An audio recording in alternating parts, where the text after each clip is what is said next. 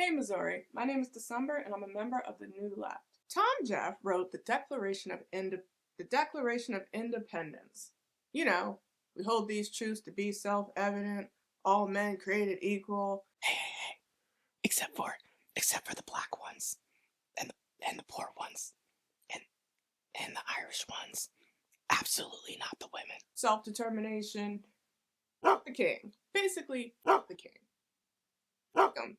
In the original Declaration of Independence that he wrote, he even blamed the king for the slave trade. The slave trade that he was part of, he blamed the king for the slave trade, but that got removed by Congress in the final version. Welcome to Government 101, the Declaration of Independence. It was a document that triggered the Revolutionary War with Britain. I mean, that's the whole thing. So, video's over, right, Dave? No, I need to at least make this like 3 minutes. Okay. I mean, I covered it. I covered the whole thing. Why don't we instead talk about the events that led up to the writing of the Declaration of Independence? Because that makes for a more interesting story. History always.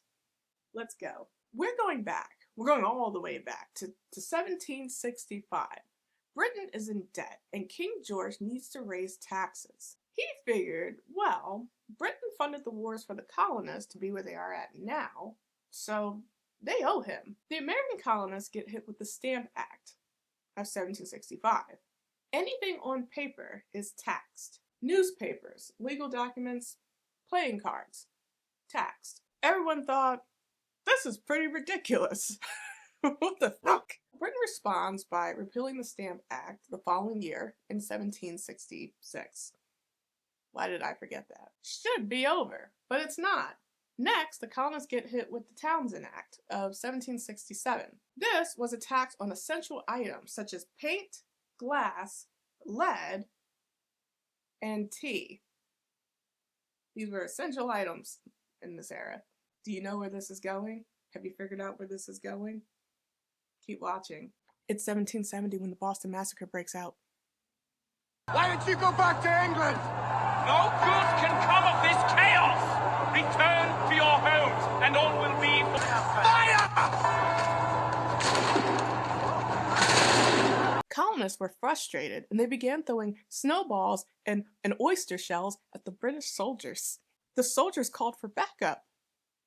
But you know how the police are, so when they showed up, they opened fire on the crowd, making it a massacre, which did not help public relations at all. Britain decides to repeal the Townshend Act after the massacre, but they keep the tax on tea. You all know where this is going. Do we have to keep going? Dave says that I have to keep going because not everyone knows US history. Not good enough. The colonists are still butthurt and instead smuggle in Dutch tea. What kind of tea is this? I mean, because I wouldn't do this for Earl Grey. Chai, maybe. There's no wasp yet. The British East India Company is losing money. So Britain passes the Tea Act of 1773.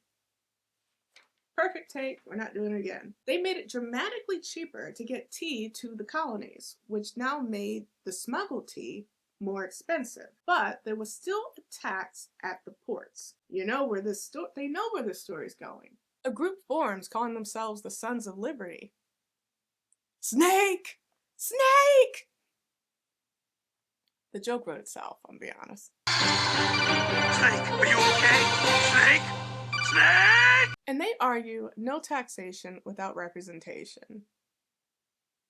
That's right, they were putting out some bangers back then. I'm John Lawrence in the place to be. A 2 pints of Sam Adams, but I'm working on 3. Those red coats don't want it with me, cause I will pop, pop these cops till I'm free. Oui, oui, mon ami, je m'appelle Lafayette, the Lancelot of the revolutionary set. I came from afar just to say bonsoir to the king Tessitoire, who's the best. C'est moi. They throw the party. You all know the party of the century. The Boston Tea Party of 1773. Okay, but it was a little bit racist though, okay? Hear me out. They dressed as Native Americans, tomahawks and all. It takes them 3 hours to throw over $1 million worth of tea. They even swept the decks to make sure they got every single leaf off that damn boat. The British soldiers saw this happening and did not intervene at all. It's almost like the police become little bitches the moment they have to deal with someone their own size. That's not the crazy part. The crazy part is that after all this, the only person who got arrested was some dude named Francis. The one guy not in a headdress and war paint. Is this reverse racism? But by white people? Okay, I guess. King George III wasn't having it. No. He passes the Coercive Acts, which the colonists referred to as the Intolerable Acts. He closed the harbor, issued martial law in Massachusetts, and permitted soldiers to take quarter to live in your home, which I covered in U.S. Constitution Volume 1. They thought that they didn't have representation before? Girl. He banned the Americans from holding elections. George also granted freedom to worship to the Catholics, which pissed off the Protestants. Which we don't have time to go into the different... Actually, I guess I do have time. One does not permit divorce. The other does permit divorce. Not saying they're all pedophiles, but they give to a church that protects pedophiles. The more you know. The Sons of Liberty established the First Continental Congress and the Articles of Confederation, electing John Hancock as president. He's not known for being the first president of America, but he is known for being the first signer of the Declaration of Independence. I mean, if someone asks you for your John Hancock, they're asking you for your signature. So, he got that at least. He gets to go down as like a thing. It goes down in history as a thing. Stuff like that makes me want to be in the room where it happens. I'm December. Welcome to The New Left. You can keep watching at thenewleftparty.com.